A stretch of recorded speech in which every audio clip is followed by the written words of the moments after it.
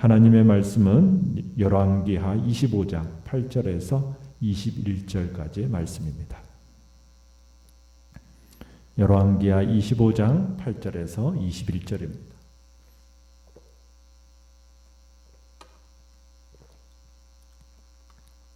열왕기하 8장 우리 한 목소리로 같이 읽겠습니다. 시작.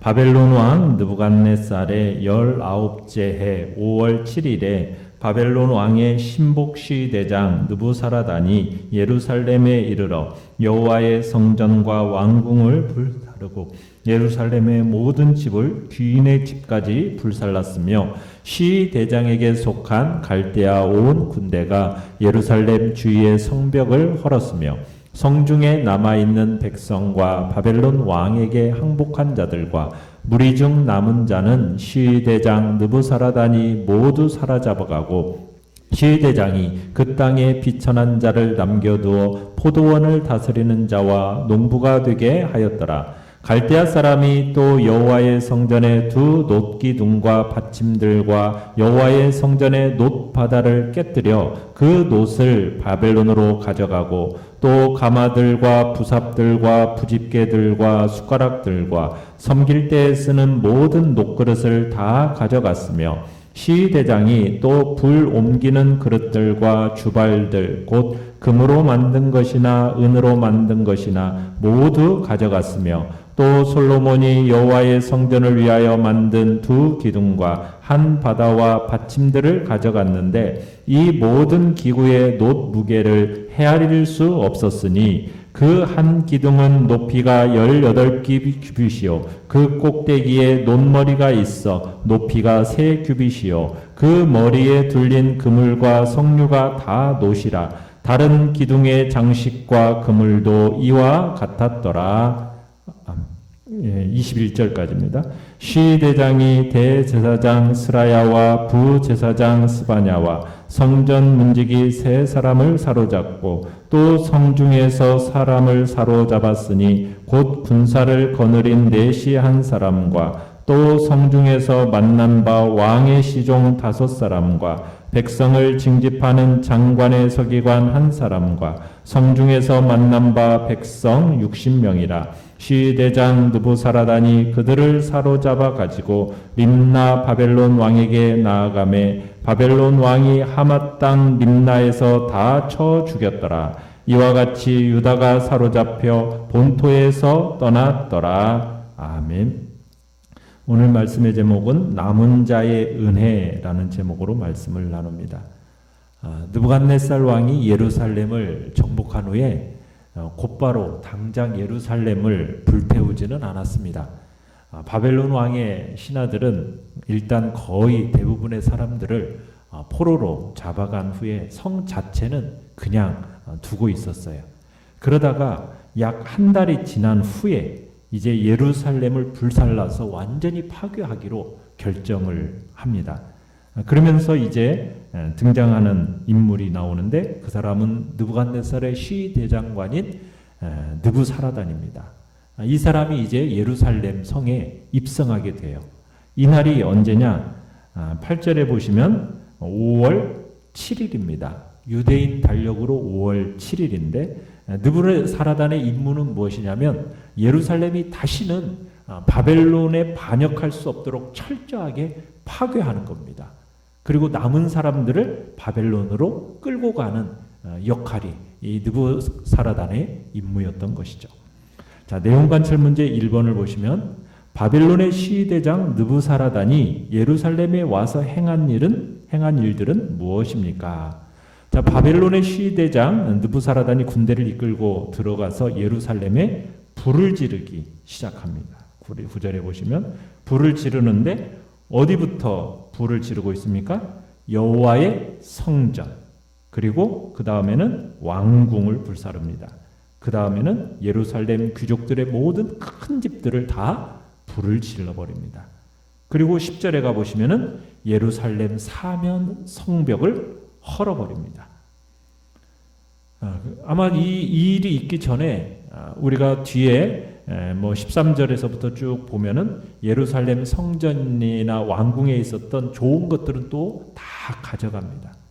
그러니까 유다의 재기를 원천적으로 봉쇄해버린 것입니다. 혹시라도 바벨론의 주권의 반역을 꿈꾸는 나라들이 있으면 이렇게 당할 것이라는 어떤 경고의 메시지를 주기 위해서 철저하게 완전히 불태워서 다 파괴시켜버리는 거죠.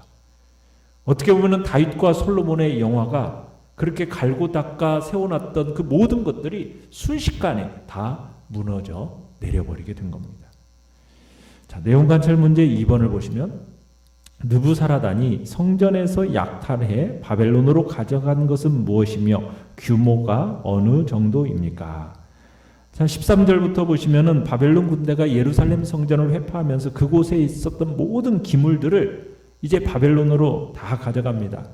여호와의 전의 놋을 모두 벗겨갑니다. 놋기둥, 받침대, 성전에 있는 놋바다 이런 거 다 부숴가지고 그 놋쇠를 바벨론으로 가져가는 거예요.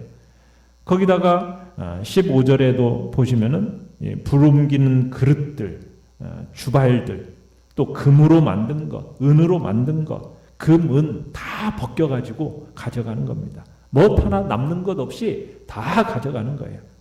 그래서 16절 끝에 가보시면은 그 모든 기구에 놋쇠를 무게를 달아보니까 무게가 어느 정도라고요? 헤아릴 수 없을 정도로, 달아볼 수 없을 정도로 그 정도로 많았다. 이렇게 얘기하고 있습니다. 그러니까 하나님께서 죄악으로 더러워진 이 예루살렘을 심판하시는데 철저하게 지금 심판하고 계십니다.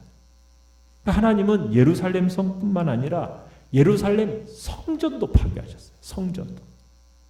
이건요, 분명히 이스라엘 백성들에게 있어서 큰 충격이었을 겁니다. 왜요? 예루살렘 성전에 의미하는 바가 무엇입니까? 하나님이 우리와 함께 계신다라는 상징적인 의미가 이 성전 속에 들어있는 의미예요. 그런데 그 성전이 어떻게 되어버렸어요? 불타 사라져버린 겁니다. 그들은 나라가 망한 사실 그 자체보다도 하나님께서 우리를 버리셨다라는 그 사실이 더 큰 충격이었던 겁니다. 왜요? 하나님의 선민으로서 자신들의 정체성을 상실하게 되었기 때문입니다. 그들은 마지막까지 하나님께 제사 드리는 일을 쉬지 않았어요. 그러다 보니까 충격이 더 이루 말할 수가 없었을 겁니다. 그러나 하나님은 이스라엘 백성이 하나님과의 언약을 어기고 범죄에 빠졌을 때 어떻게 하신다고 말씀하셨습니까? 그들을 떠나시고 이방 손에 파시겠다라고 분명히 말씀하셨어요. 솔로몬이 여호와의 성전을 짓고 헌당 예배를 드렸을 때 뭐라고 분명히 말씀하셨습니까? 이 백성이 죄를 범하면 결국 심판을 당하고 말 것이다. 성전 건축 당시에 하나님이 친히 경고하신 내용이었어요. 성전 자체가 이스라엘의 안전을 보장해 주지는 못한다라는 것을 분명히 말씀해 주셨습니다. 그런데 이스라엘 백성들은 그 예루살렘 성전 안에 우상들을 세워놓고 섬겼던 거예요. 이미 하나님은 그때 떠나시면서 어떻게 보면 그들은 참 하나님을 붙들고 있었던 것이 아니라 껍데기만 붙들고 있었던 거죠. 그걸 이스라엘 백성들은 알지 못했던 거예요. 하나님은 그런 껍데기 같은 성전에 계신 것이 아니라 하나님의 말씀에 순종하는 그 백성 가운데 거하시는 것이죠. 사람이 만든 건물, 집, 이것에 구속당하는 분이 아니실 거예요. 하나님은 그런 분이 아니세요. 하나님은 오직 왕과 백성의 순종, 이것만이 이스라엘의 안전, 다윗 왕조를 보장할 수 있다라는 것을 분명하게 말씀하셨어요. 그런데 이스라엘 백성은 그렇지가 못했던 거죠. 오늘날도 마찬가지입니다. 하나님께서 이 나라와 이 민족 가운데 엄청나게 큰 예배당 건물들 세우게 하셨어요. 그런데 그 건물이 우리를 지켜주는 것이 아니라는 겁니다. 이 건물 자체에 집착할 게 아니라는 거예요.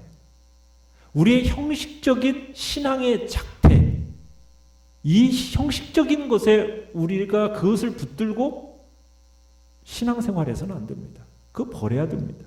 우리가 관심 기울여야 할 게 무엇입니까? 하나님의 말씀에 대한 순종입니다. 그리고 영혼에 대한 구원입니다. 건물 자체에 너무 깊은 관심을 가져서는 안 된다는 거예요. 아무리 잘 지어진 건물이라 할지라도 성도들이 하나님에게서 멀어진다면 결국에는 그 건물이라는 것은 불타 없어질 무용지물에 지나지 않는다. 어떻게 보면 하나님께서 보여주고 계시는 겁니다. 하나님은 건물에 계시는 것이 아니라 하나님의 말씀에 순종하는 자기 백성들 가운데 계시는 거죠. 그래서 우리는 하나님을 우리 가운데 계시게 하시려면 우리는 어떤 사람이 되어야 된다는 얘기입니까? 하나님의 말씀을 붙잡아야 된다는 거예요. 그 말씀을 붙들고 순종함으로 거룩하고 순결한 백성이 되어야 된다는 거예요. 절대로 허상을 붙들어서는 안 된다는 겁니다.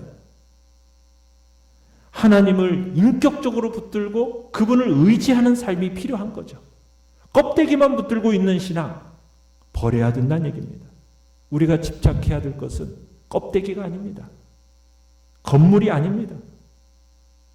어떤 형식적인 어떤 신앙의 작태가 아닙니다. 정말 우리에게 필요한 것은 말씀을 통한 진정한 하나님과의 인격적인 관계입니다. 이게 중요한 거죠. 그러기에 기쁨으로 주님께 순종하는 삶이 필요한 겁니다. 우리는 허상을 붙들지 말고 실상을 붙들어야 되는 겁니다. 보이는 허상에 만족해하면서 살아가는 것이 아니라 주님과의 인격적인 관계를 맺어가는 진정한 믿음 생활이 정말 우리에게 필요하다라는 것을 우리는 이 유다의 철저한 멸망 앞에서 우리가 봐야 할 내용인 겁니다. 연구와 묵상 문제 3번을 보시면 하나님이 바벨론을 통해 유다를 멸망시키신 이유는 무엇이며 많은 유다 백성을 바벨론으로 사로잡혀가게 하시고 또 일부를 본토에 남아있게 하신 이유는 무엇입니까? 자, 하나님께서 바벨론의 느부갓네살 왕을 통해서 지금 유다를 철저하게 멸망시키시고 예루살렘에 대해서 이와 같이 심하게 행하신 이유가 무엇입니까? 이스라엘이 하나님을 배신한 것에 대한 하나님의 진노의 표현입니다. 지금 하나님은 이 느부사라단의 이 행위를 통해서 하나님 그분은 얼마나 철저하고 충실하게 자신이 말씀하신 언약을 이행하시는 분인가, 이것을 보여주고 계시는 거예요. 하나님의 그 언약이라는 게 무엇입니까? 하나님께서 자기 백성과 맺은 언약을 잘 이행하고 순종할 때에는 분명히 보호하시겠다고 약속하셨어요. 그러나 그렇지 않을 경우에는요, 철저하게 하나님께서 심판하실 것이라는 것도 하나님의 약속입니다. 그러니까 하나님은 자기가 언약, 말씀하신 그 언약, 맺고 계신 그 언약대로 신실하게 이행하시는 분이라는 것을 우리는 다시 한번 확인하게 되는 겁니다. 그리고 하나님께서 이 바벨론 땅으로 자기의 백성들을 다 사로잡혀가게 하셔요. 그러면서 남는 몇 사람, 이제 본토에 우리가 저기 12절에 보면은 본토에는 어떤 사람들만 남겨놓으셨어요? 비천한 자들만 하나님이 남겨놓으셨습니다. 어떻게 보면은 그래도 남겨놓으셨어요. 그죠? 그들의 생명을 보존하시기 위한 한 방편으로 하나님이 남겨놓으셨어요. 남은 자들이 있다는 얘기예요. 왜요? 하나님께서는 뭘 언약하셨기 때문에 약속하신 바가 있어요. 남은 자들을 통해서 또 구원의 역사를 이루시려는 것이 하나님의 또 뜻이기 때문에 그 약속대로 남은 자를 또한 하나님이 두신 거죠. 자, 느낀 점 4번을 보시면 유다의 참혹한 심판을 내리시는 가운데서도 그들에게 하신 언약을 잊지 않고 이행하시려는 하나님을 보며 무엇을 느낍니까? 그러니까 하나님은 하나님의 백성과 맺은 그 언약을 따라서 이행하시는 분이십니다. 자기와 맺은 그 언약을 붙드시고 이행하시는 신실한 분이라는 것을 우리는 느끼게 되는 거예요. 우리가 어떻게 보면 이 유다의 역사는 실패한 것처럼 보이지 않습니까? 그러면 하나님이 실패하신 것일까요? 하나님은 실패하지 않으셨습니다. 어떻게 보면 유다 역사의 끝은 절망처럼 느껴지지만 절망은 아닌 겁니다. 남은 자를 하나님이 두셨고, 그리고 하나님께서는 나중에 어떻게 하십니까? 다시 바벨론에서 포로들을 귀환시킴으로 말미암아 유다 역사를 포함한 하나님의 나라의 역사는 결국 하나님의 뜻과 하나님의 약속이 이루어진다라는 것을 다시 우리에게 확인시켜 주는 겁니다.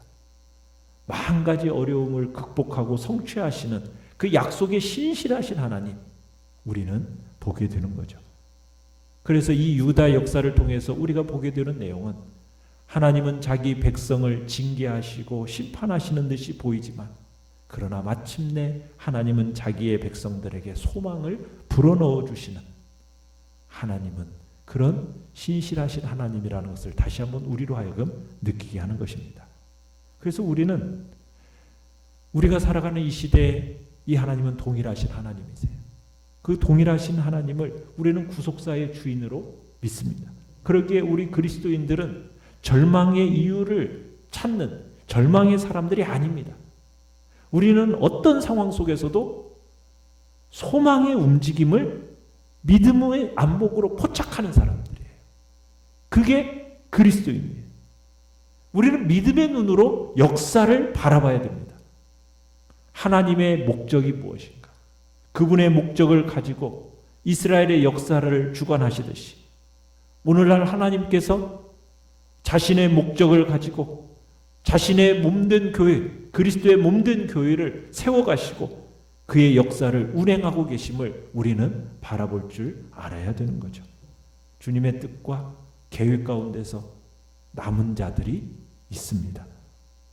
이 남은 자들을 통해서 하나님은 구원의 역사를 이루려고 하시고, 그리고 그 역사를 이루어 가시는 하나님의 열심을 우리는 보게 되는 거죠. 이 시대에 있어서도 남은 자들이 있어요.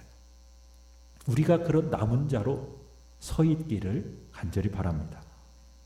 남은 자로서 나는 하나님의 뜻에 어떻게 설 것인가, 이런 고민이 우리 안에 있어야 되는 거죠. 그래서 오늘 우리는 하나님의 그 복된 약속의 말씀을 붙들고 믿음으로 하나님의 뜻과 계획을 이루어나가는 자리에 나 자신을 세워나가겠다고 주님 앞에서 다시 한번 결단하며 나가시길 바랍니다. 결단과 적용 5번을 보시면, 주님이 맡기셨던 것들을 도로 가져가시는 것 같을 때 어떻게 반응하겠습니까? 주님이 나를 이곳에 남기신 이유는 무엇인지 생각해보며 감사하고 주님의 뜻과 계획을 이루는 남은 자 되도록 기도합시다. 아멘. 오늘의 기도 같이 읽겠습니다. 시작. 실패하고 있는 것처럼 보이는 현실 속에서도 하나님의 약속을 붙잡는 믿음을 갖게 하소서. 아멘. 말씀을 생각하면서 기도하시고 연약한 우리의 지체들을 위해서 기도해 주시고 오늘 수요 예배를 위해서도 기도해 주시며